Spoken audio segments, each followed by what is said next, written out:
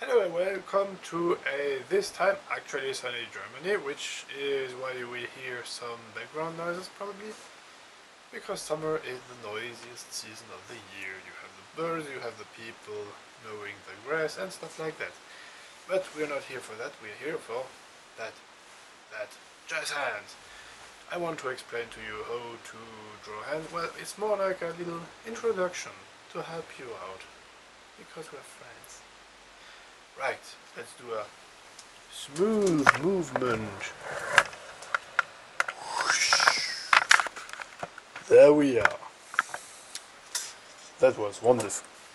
So, let's start out with some anatomy and stuff. So, I have here this little book, which is very useful.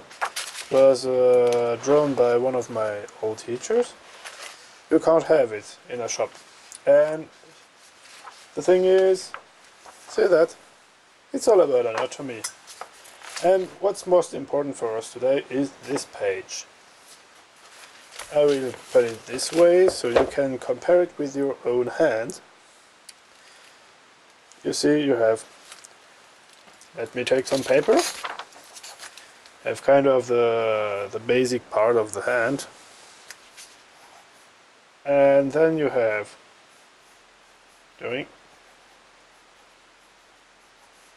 these are the basic bones, and then you have your palm that goes like this, and then you have the actual fingers.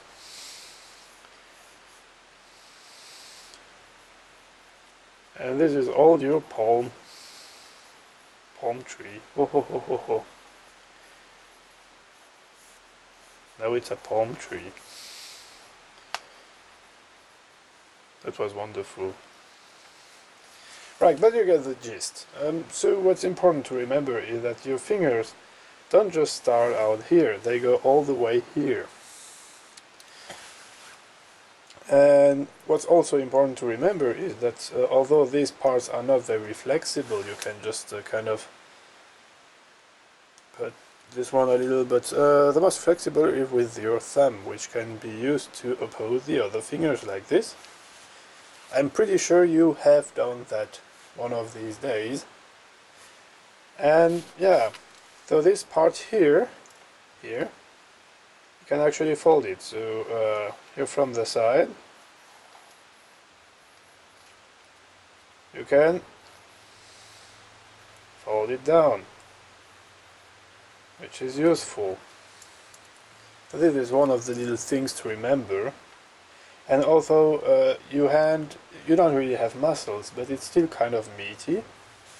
I mean, here and here there is some substance. It's not just bone and tissue and all very thin. So when you're drawing a hand from the side, you have to remember it kind of has. See from the side.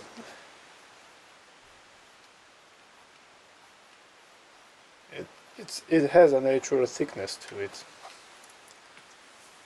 I won't go too deep into the bones, just remember that your basic bone shape is kind of like this in your fingers, which means that if you have thin hands, it will look a little like, wait for it, normal fingers.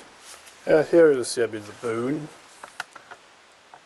Let me enhance for you with the magic of technology. See? You can just pause on each image if you want to see it with more detail. You see a little bit of the anatomy and stuff. Yeah, she's really great teacher, and you can draw like this if you want, but that's very complicated, and I wouldn't recommend it. You see? Remember what I said with your hand kind of having substance, being thick? Well, look here. You do have thickness and substance. Yeah, so boom, back to me. My forehead. It's like everything is done in one shot. It's like I'm Hitchcock.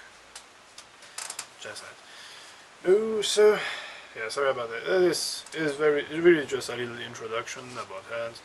I recommend you use your own as a model and really try to draw and draw and draw. Unfortunately, most of what you can learn will be with practice. So one very good book, which is called, it's one of these books to learn drawing mangas.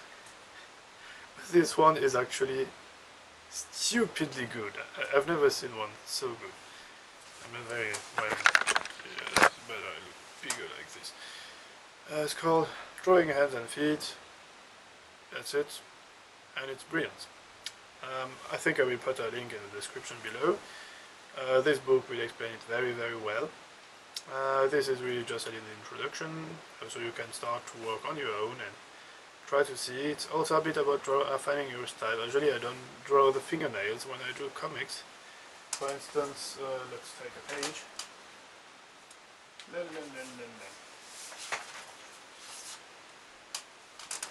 So, let's check it out together. See, essentially, yeah, these are kitty hands, kind of. But you see, I don't do too much detailing because it's about style. Too many lines will make everything look older when you're doing it in a simplified comic way. So, as I said, I don't draw the fingernails when I do comics because style.